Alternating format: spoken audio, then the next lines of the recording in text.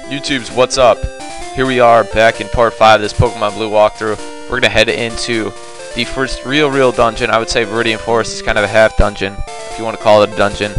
But in Mount Moon we have a bunch of new Pokemon that we're gonna run into. There are 4 Pokemon that I want to catch that are new to me and new to you guys for this walkthrough. And I have 5 Pokeballs, so I'm gonna have to be pretty efficient.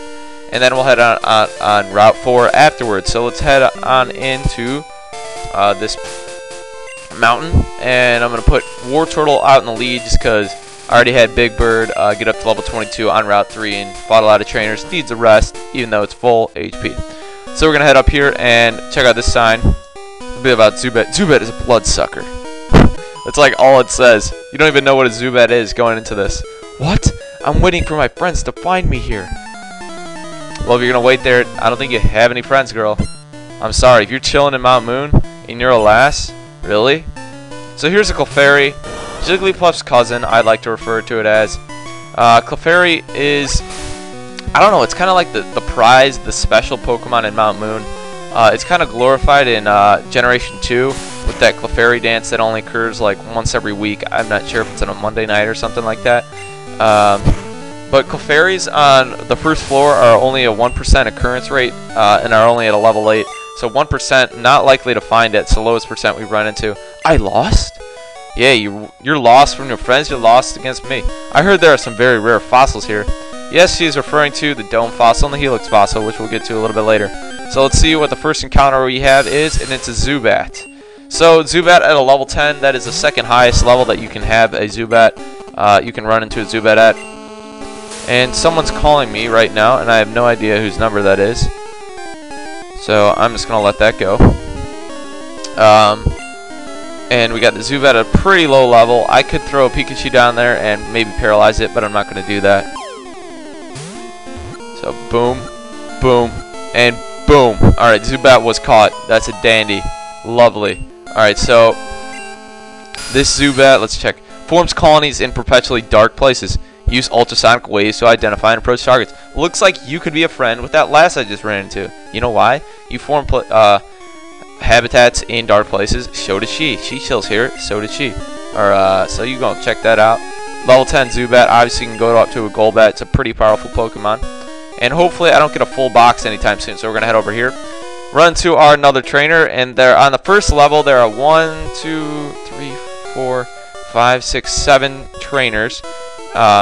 What about you? I didn't read the first part, sorry about that. And you'll run to some bug catchers, some lasses, and some hikers, I believe.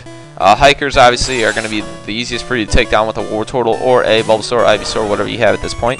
If you have a Venusaur, shame on you. Actually, that's very commendable of you. It's just a lot of grinding right there. I remember back in the day, I didn't, before I even had a Game Boy Advance. Oh, you poisoned me!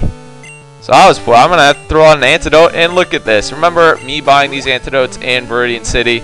Coming through in the clutch. You better not poison me. I'm going to piss. Are you freaking kidding me? Freaking kid. Oh, really? Really? Twice now. Getting poisoned by a hairy bug. Thank you for throwing the string shot down. How did I not kill on the first go-around? So I'm going to bubble you up. You're going to slow my speed down? I'm going to slow your dead speed down.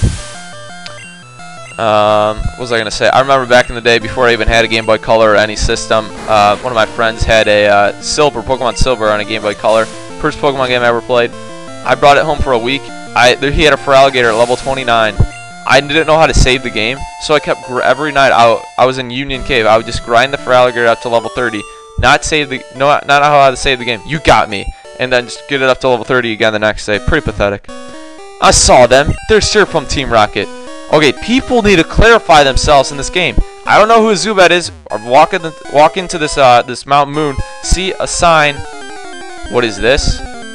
Alright, so here's a Paris. First evolution of Parasect. And so you can catch Parises on, I believe, every single floor. There are 3 floors in Mount Moon. You can catch them here on this first floor. Very good. So you catch on the first floor, levels 8 only. So this is the highest level you can get here. If you want to use a Paris, it's a pretty good Pokemon. It doesn't learn a great number of useful moves, but it's a great annoyer status changer, and it can get pretty powerful at a Parasect level. You can catch it at level 12 though on the basement floor 2. So check out its Pokedex. It's a mushroom Pokemon, so you want to get a little high. Burrows to suck tree roots. The mushrooms on its back grow by drawing nutrients from the bug host. So Paris is kind of disgusting. I mean, guess it's a crab, I guess. But it says mushroom Pokemon, so I'd love to infer myself. So I'm gonna head down here and get, I believe, TN12.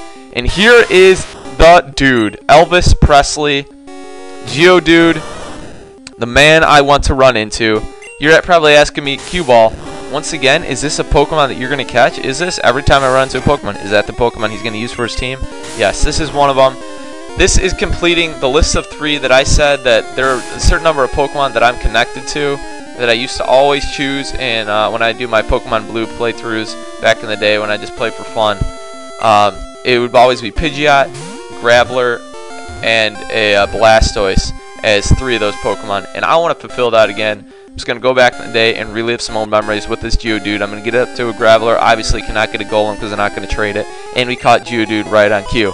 So perfect. Although I can catch Geodudes all the way up to level 10 on this level, on this floor, I'm not going to do that.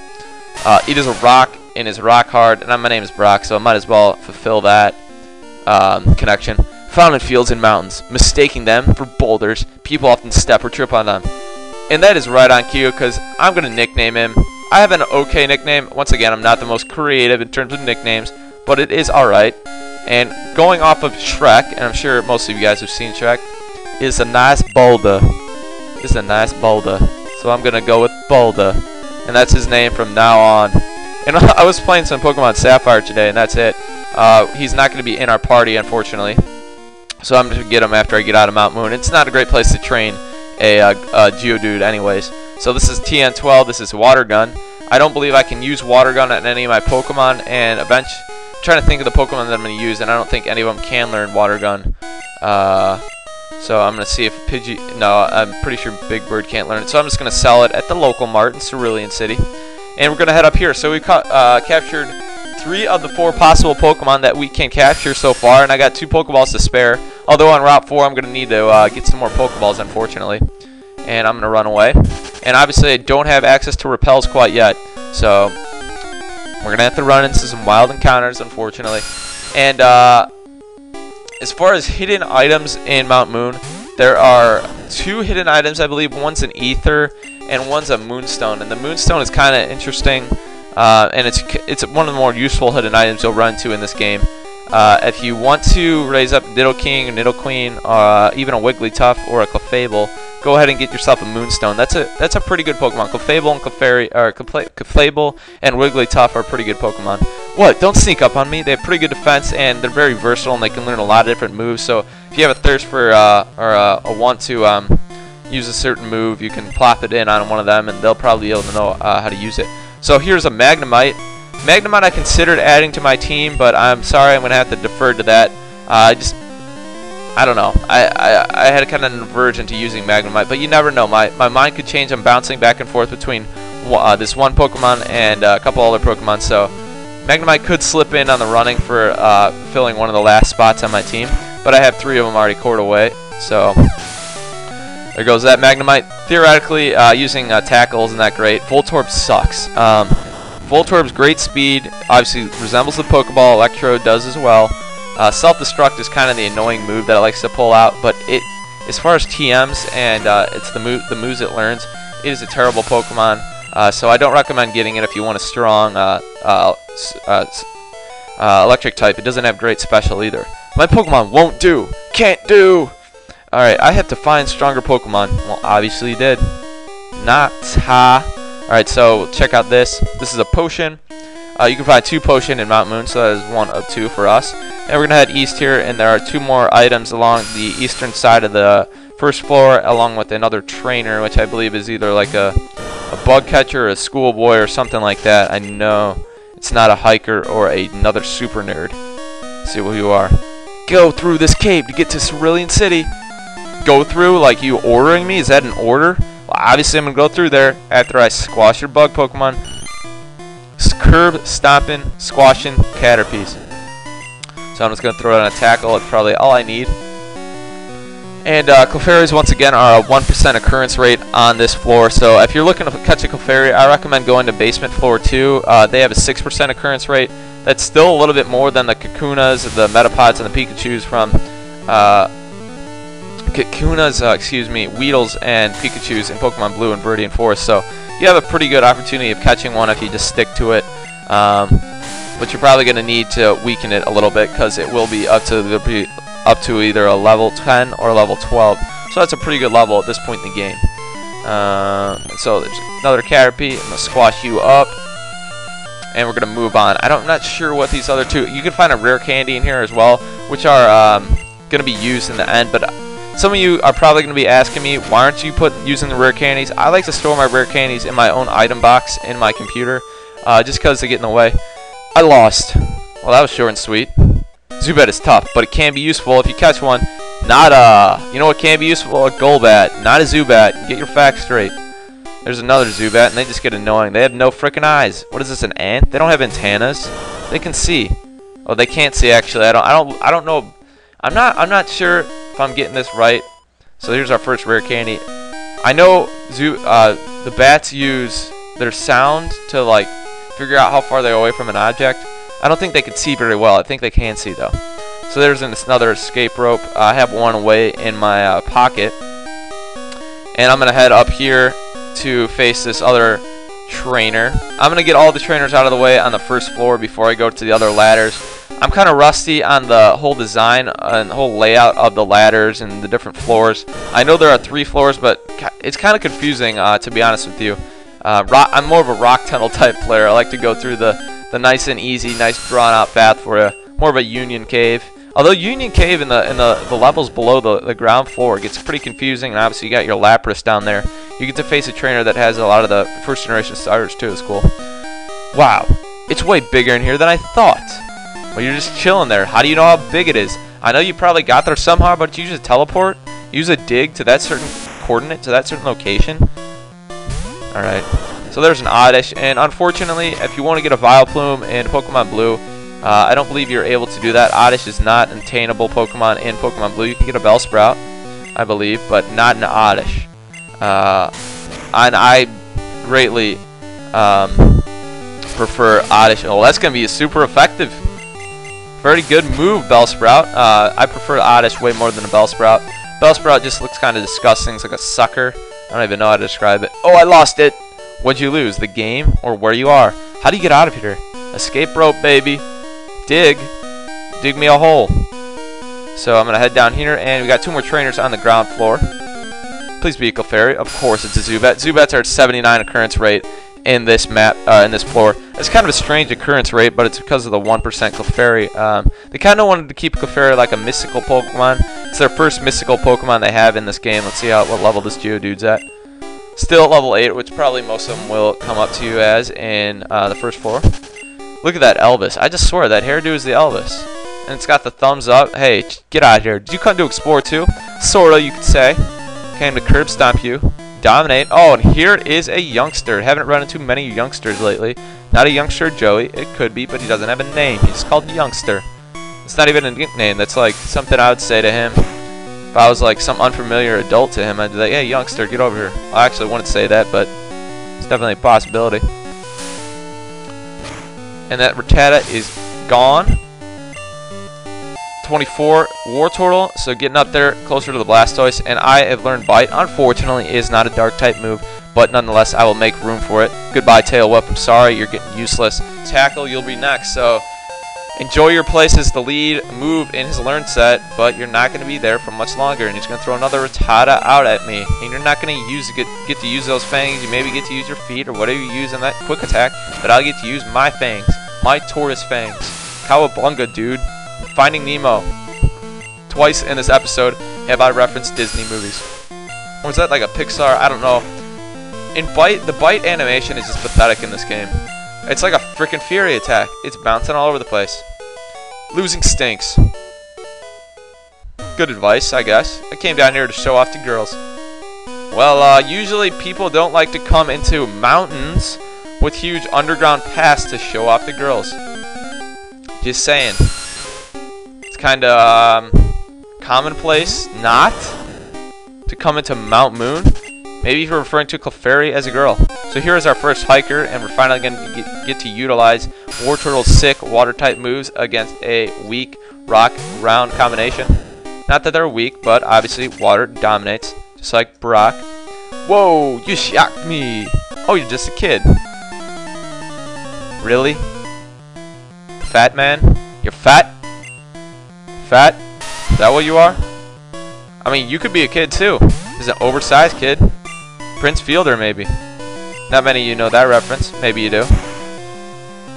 So Geodude goes down, and that's the level I want for my Geodude. Unfortunately, I cannot get to it. Obviously, levels up to Graveler, level 25. This guy should have an Onix, I believe, but it's a possibility that he does not. And I was going back to this. I was playing Pokemon Sapphire early today, and I was preparing to catch this Geodude, and I was thinking, here's the Onix. I caught him a chop, and it said it lifts Gravelers like barbells to keep itself in shape. Isn't that ridiculous? Freaking Graveler's bigger than him. I mean, a Graveler is an animate thing too. It's not an inanimate object. How would it treat that Machop? Wow, you shocked again. Kids like you shouldn't be here. Isn't that impossible? You're a rock ground trainer. You don't get shocked. You get watered down. You get a little damp. You don't get shocked. You get a little vegetation. You don't get shocked. So let's check out what this item is. Here is a Moonstone, which is the first Moonstone that we are going to run into. And there are 3 ladders that I can choose from right now. I can obviously go into this one, or I can go into the one to the, a little bit more south. And I'm going to take out this Zubat. And we're going to go into the first ladder. I'm going to make my way over to that ladder now.